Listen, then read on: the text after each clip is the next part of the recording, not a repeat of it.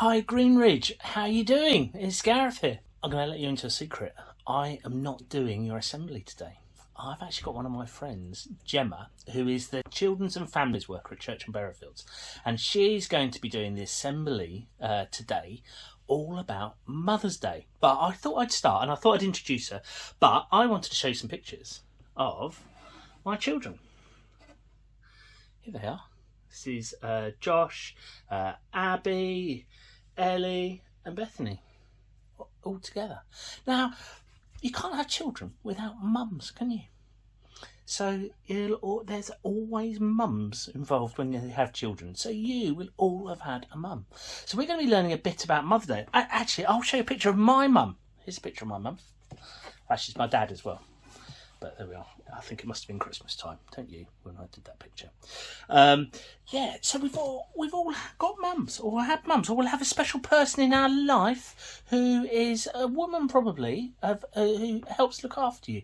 So we're going to be learning a bit about Mother's Day today, and Gemma, our Children's and Families worker, she's going to be helping me, and she's going to be doing the assembly. So I'm going to pass on to Gemma. Goodbye. Hi, I'm Gemma, the Family and Children's worker at Church and Berryfields, and today I'm going to talk to you about Mother's Day. Did you know that in the UK, Mother's Day is actually on a different day to lots of other countries? And that is because Mother's Day in the UK had a slightly different beginning.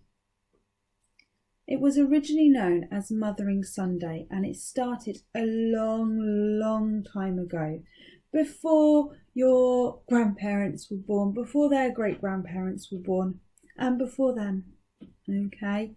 And at that time, people would go to their nearest church in their village, and that was quite small. But once a year, on the fourth Sunday of Lent, a time of giving things up for Christians as they get ready for Easter, everyone would go back to the main bigger church or cathedral in the towns and cities. This became a time for families to get back together, as some children had left home as young as the age of 10. That's the same age as some of you. Imagine leaving your home at the age of 10 to go and get a job, because that's what they did. They left home to go and get a job as a servant or as an apprentice, learning a skill. But on this one Sunday in the year, they would be given the day off to go back home to their home church and visit their family. Historians think, that's people who study the past, that as they walked along the lanes and country roads, they would pick up flowers to take back to their mothers and to their church, or to give to the women in their lives. And they think that that might be why today lots of people give flowers on Mother's Day. Over time, the day has changed, and it's become a lot more about spending time with your families and the people who help to look after us. Even as a grown-up child, I now try and organise with my sister and brother for us to all get together as a family with my parents to say thank you to them for all they do for us. I wonder if there is anyone special that you still travel to go and see, perhaps on Mother's Day or perhaps at other times of the year. Maybe they don't live very far away, maybe they live in a different town or city, maybe they even live in a different country, and you have to travel to go and see them. I wonder, why do you travel to go and see them? What makes you want to see them? What do you do when you see them? And who do you travel with?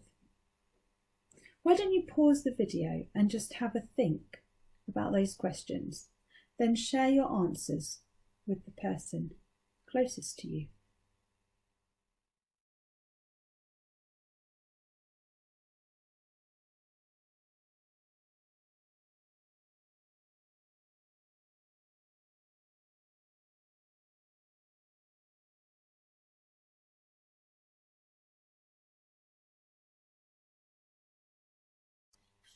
In the Bible, there is a story all about someone who returns home.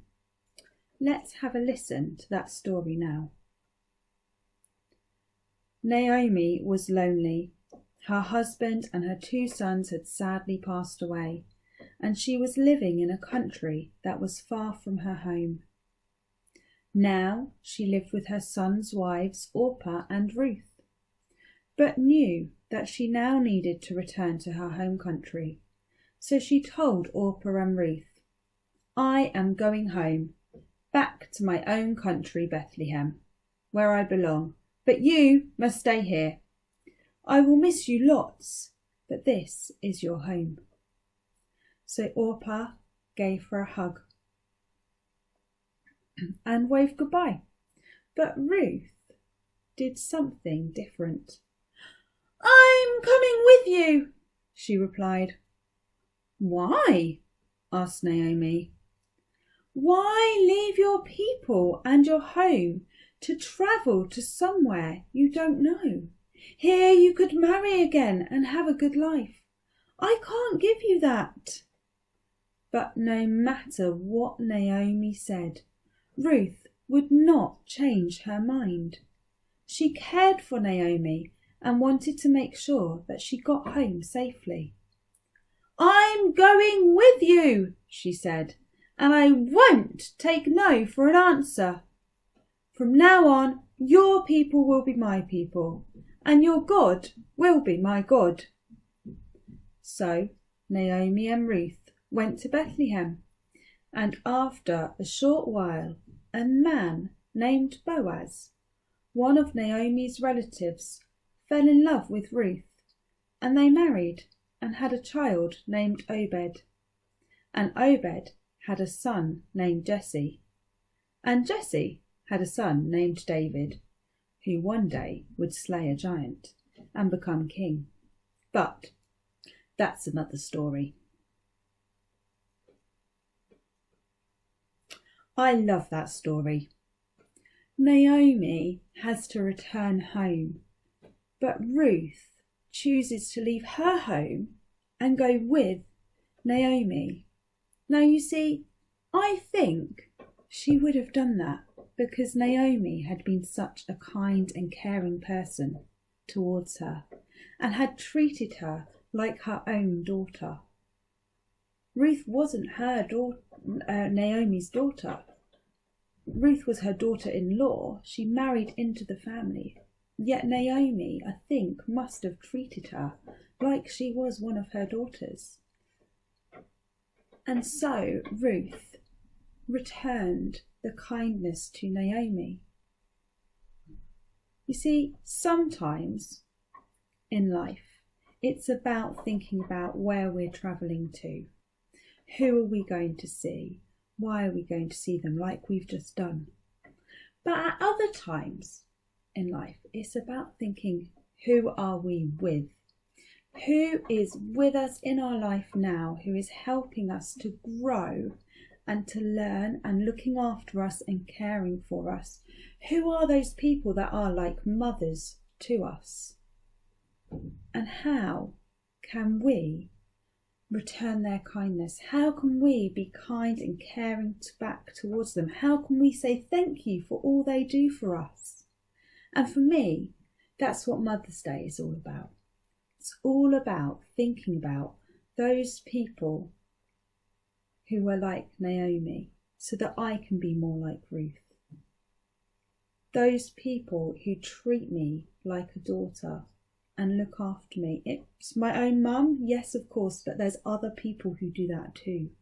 And they look after me and they care for me and they help me. But not only saying thank you to them, but also thinking, how can I be like Ruth? How can I be kind back towards them and show them kindness and love too? So I wonder, who looks after you? Who cares for you? It might be one person, it might be lots of different people. In a minute, I'm going to play some quiet music and have some pictures up on the screen. And I'd just like you to use that time to think about all the people who help you and look after you and what they do for you. And then think about, how can you look after them and care for them? How can you be kind to them?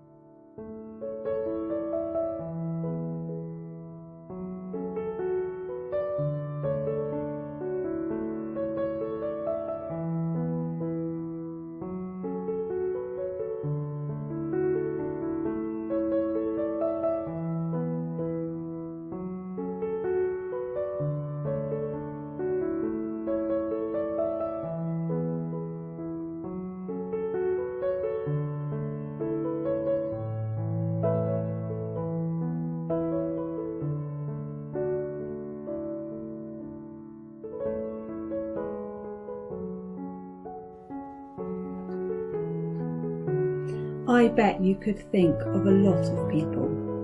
And I'm just going to end this assembly with a prayer now. You can join in if you'd like to by saying Amen at the end. You can say your own prayer in your head, or you can just sit quietly and think about those people that you thought of. Dear God, thank you for all those who care for and look after us and who help us as we grow. Help us to also care for and look after others, just as Ruth and Naomi looked after each other. Amen. It's been lovely talking to you all about Mother's Day. I hope you've learnt something new and had a chance to think about some things. Bye.